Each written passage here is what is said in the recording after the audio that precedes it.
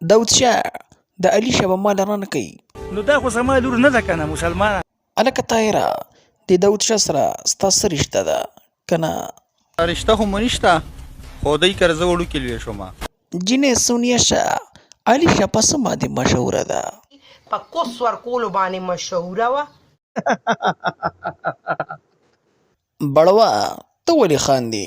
زه کنډم شوی بیا خو شاته کوم.